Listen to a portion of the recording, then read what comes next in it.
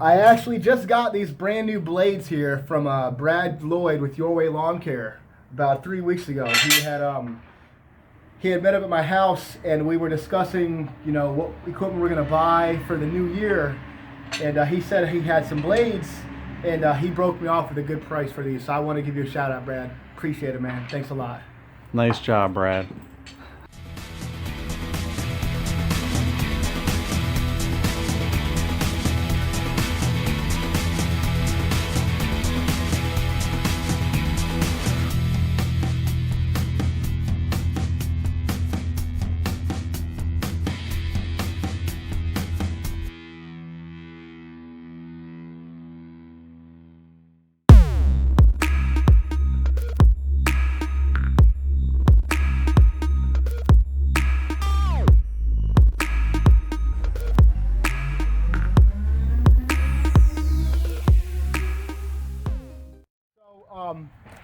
This was my very first mower that I had. I had bought it off a guy from Craigslist for 400 bucks.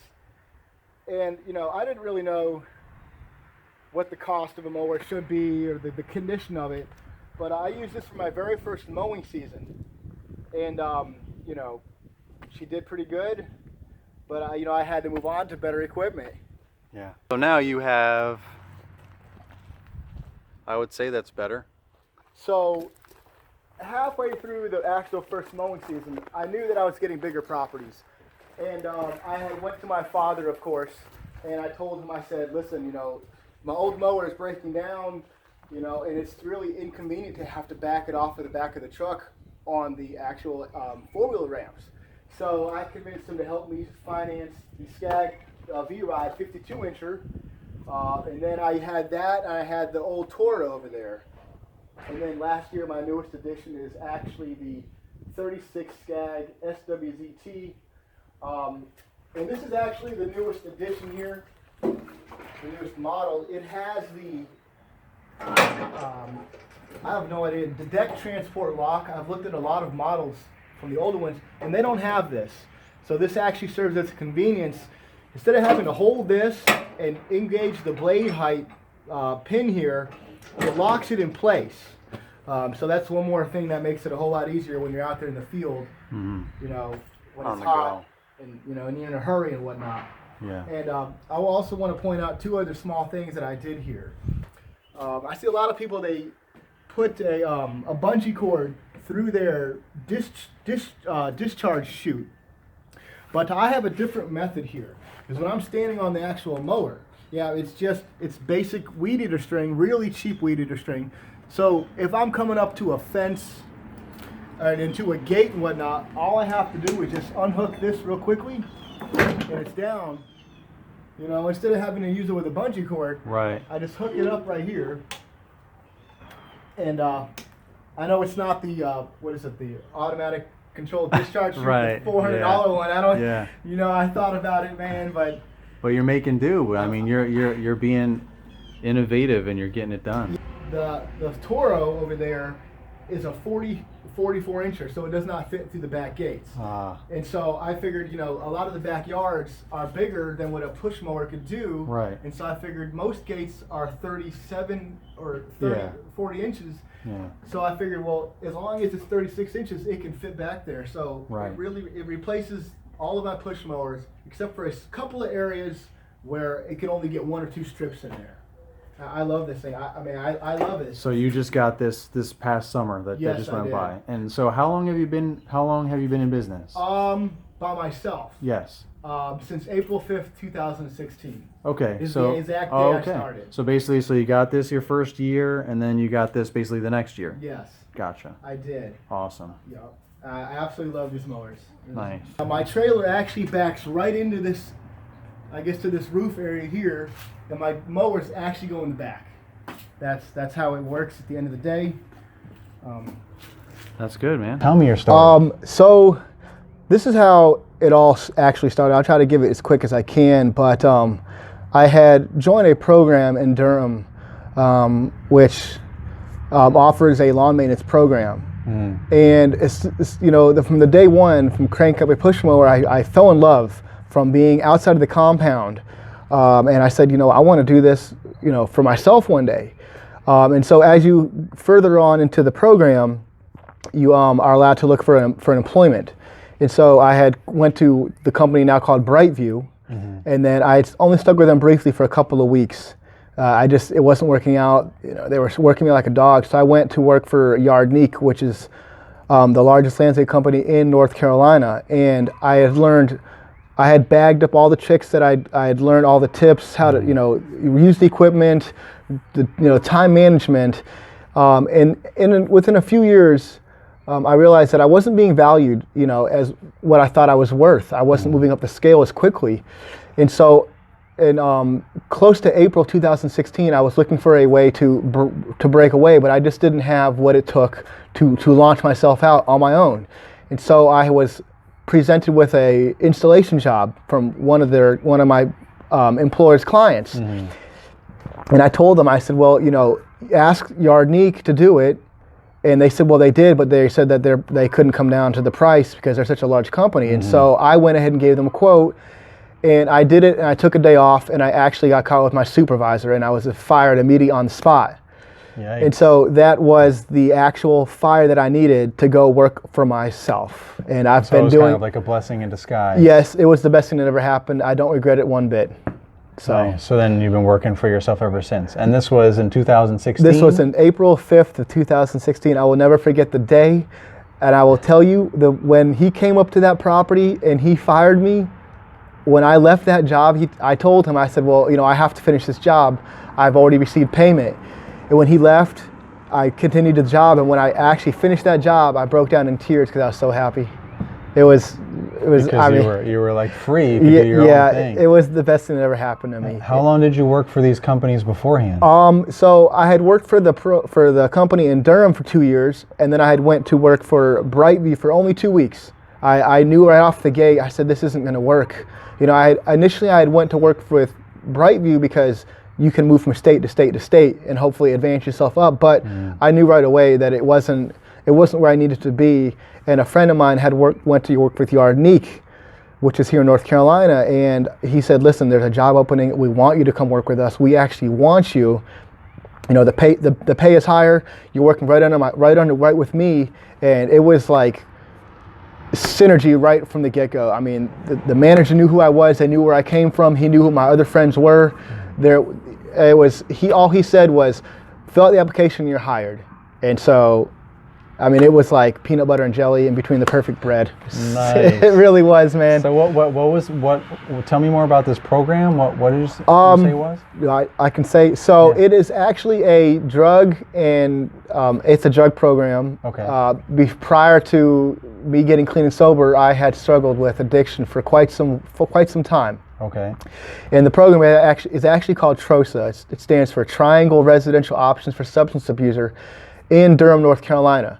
It is a 2-year program, and you can go there and get your CDLs for free. You can learn a trade. They have a moving company. They also have a lawn mowing company. They have a catering company, and you learn all kinds of things. And it just happened to be that somebody in the lawn care field had relapsed, and they needed somebody with a license, and so they take whoever they can to fill in that spot. Right. Because it's a nonprofit organization that creates its own revenue to pay for itself.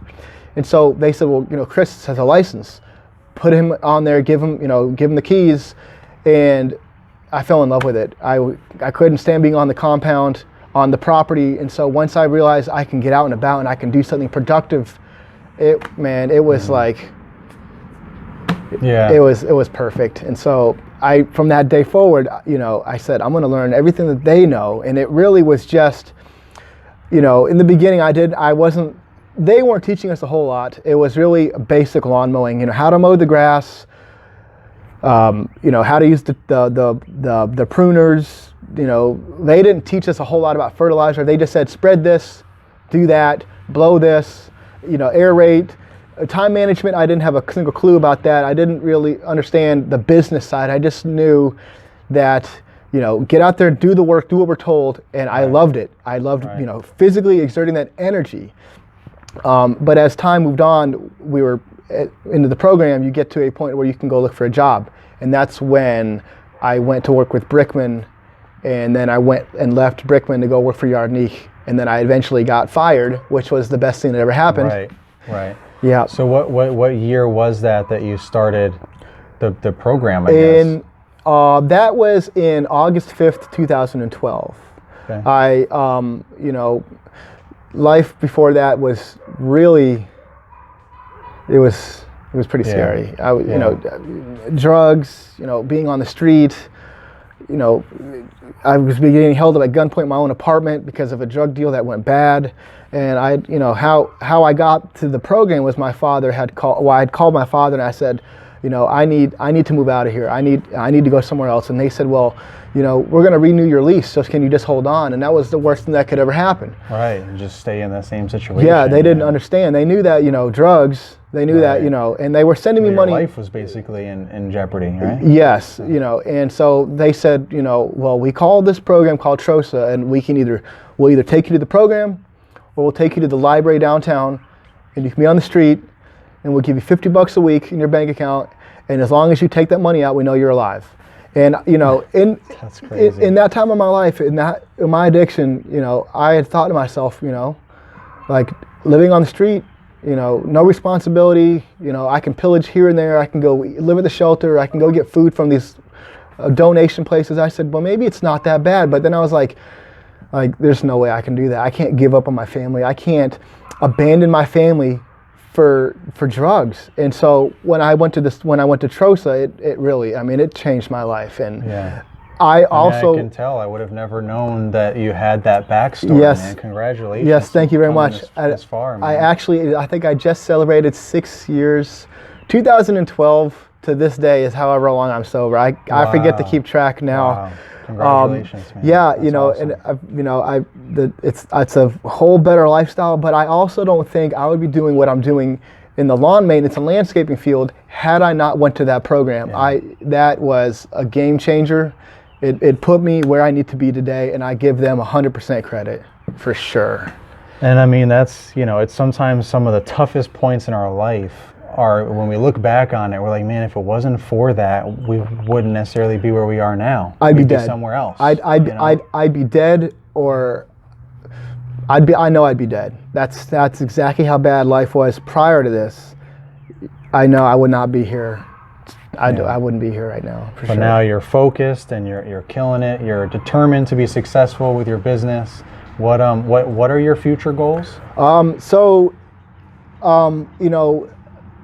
Right now, I'm looking, I don't like to look down the road too far because it takes me off of the goals that are supposed to happen right now. But, sometimes you get too caught up in long term. Yeah, and you're not focused on what's right in front of you. Yeah, I'm 34 years old, and I don't want to do this until, I'm broken. So, I do spend a little of my time planning, where am I going to be at the end of this whole thing here? Am I going to have a little nest egg? Am I going to have, let's say, am I going to have a 401k? Am I going to have, Medicaid to pay, some kind of income besides just stopping at the end of the railroad here? Right. As soon as you stop mowing, that's it, right? Yeah, I can't be that. Something to keep going. I want to create a business that will fulfill, take itself along, hopefully forever. Right. Just like all of these other major companies out there. It might not be as large, when I get to the end of the road, I've got, maybe 4 or 5 crews.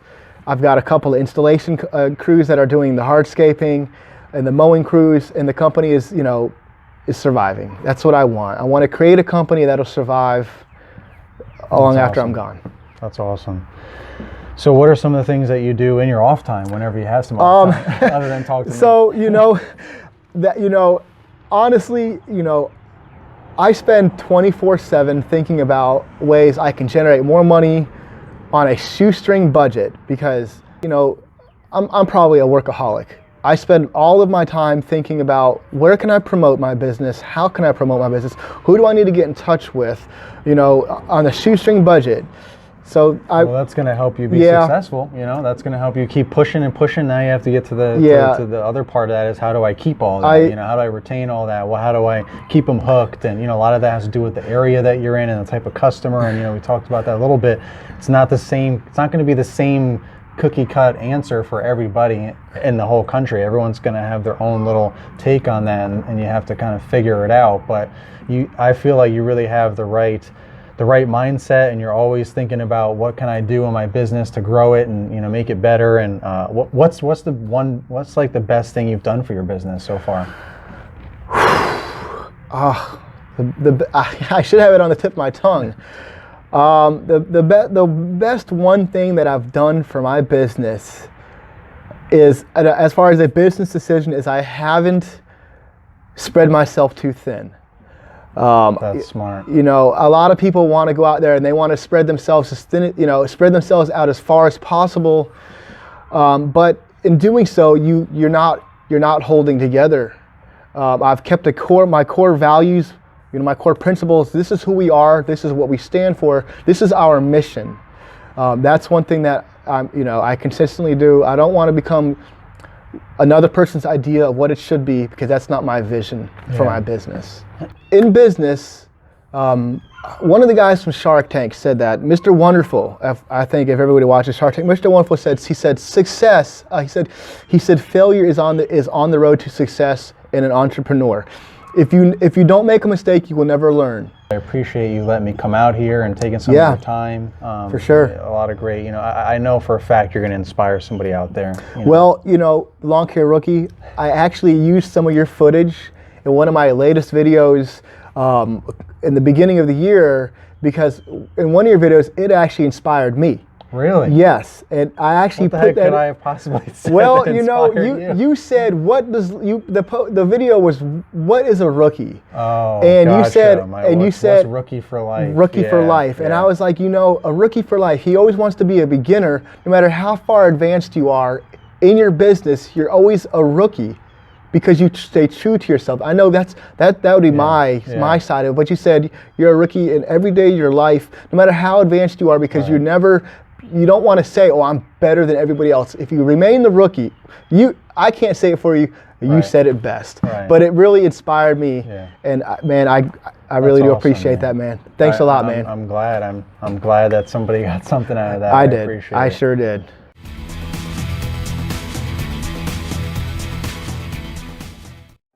Thanks for watching. Please like and subscribe and click the bell for future notifications. Check back for the next episode in 2 weeks and catch my live show on echomeansbusiness.com every third Wednesday of the month. Accounts, it took me like years to build. I started out with the first big account that I showed you, and then like the next year, then I gained one at a time, and then the next year I gained another one, because I only had so much equipment at that time to do the work, and you only can do so much. But then when you get a chance to get the equipment, then I just went all in. Once you figure out how to make your first dollar, you'll never forget how to make it back even quicker. And that's why my philosophy with life is that if I got my health and I've got my family, the only thing I'm gonna feel bad about is my ego. It might get deflated a little bit. But and people are going to talk. Well, so be it. Right. That's the way I look at stuff today. I reject that. You reject. I reject that phrase when people tell me to slow down, just because I have no time to listen to stuff that I don't want to hear. You don't have time to slow down. Right. You don't have time to slow down. I just don't like that word. Like, really, people tell, because it's people have said that before. Yes, right? People have said that. It's like you telling me not to breathe. It's something I love to do. And to me, it might look fast-paced to everybody else, but to me, it's normal.